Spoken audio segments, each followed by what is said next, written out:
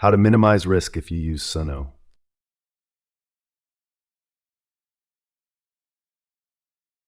In part 1, we established an uncomfortable truth. Suno does not sell protection. But that does not mean Suno is automatically evil, or that AI music cannot be used at all. The real question is not whether to use it, but how to use it in a way that helps you. Avoid being the fall guy. Protect your channel. Avoid legal headaches. The golden rule: do not treat AI output as a finished work. This is the foundation. If you generate a track, upload it as is. And assume it is your work. You are creating risk for yourself. A safer legal position starts with a different mindset. AI is a draft, a tool, a raw material. A work is created by a human. Human contribution is not cosmetic. It is the key. This is not about tweaking the EQ. It's about actually transforming the result. What matters? Changing the structure, editing harmony, altering rhythm or tempo, reworking melodic phrases, adding your own parts, editing, arranging, compositional decisions.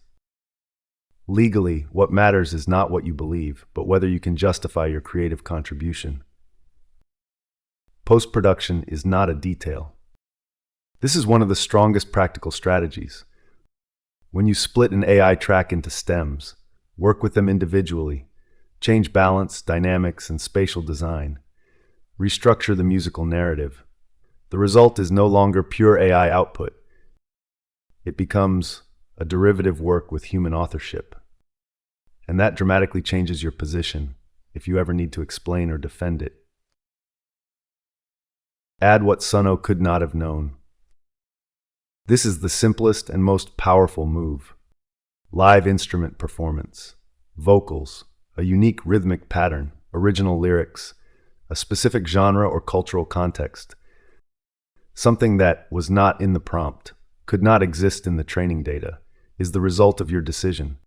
This is a real shield, not an illusion. Do not rely on "I paid Suno." This needs to be stated clearly.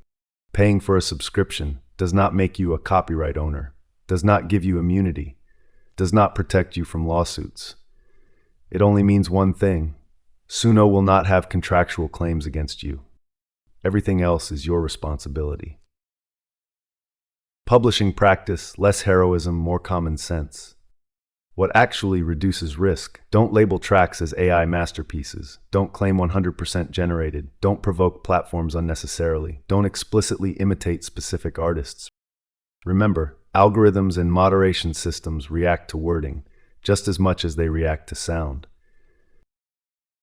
If a claim does happen, DMCA, content claim, panic is the worst possible response. DMCA is not a court ruling. A claim is not a verdict. You always have the right to file a counter notice, the right to demand judicial confirmation, the right to assert your human creative contribution. And very often that is where the situation ends, because going to court over an AI-derived work is already a risk for the other side. A strong position in one sentence. This is the framing worth remembering. I used AI as a tool, but the final work is the result of my creative choices and processing. That is fundamentally different from I just generated it and uploaded it. Final conclusion. Suno is not evil, not a savior, not a legal shield. It is a tool that does not assume responsibility and should not be expected to. Responsibility always lies with the person who publishes and monetizes the work. The greater your human contribution, the lower your risk. One last very important thought. AI does not destroy authorship. It destroys the illusion that authorship happens automatically.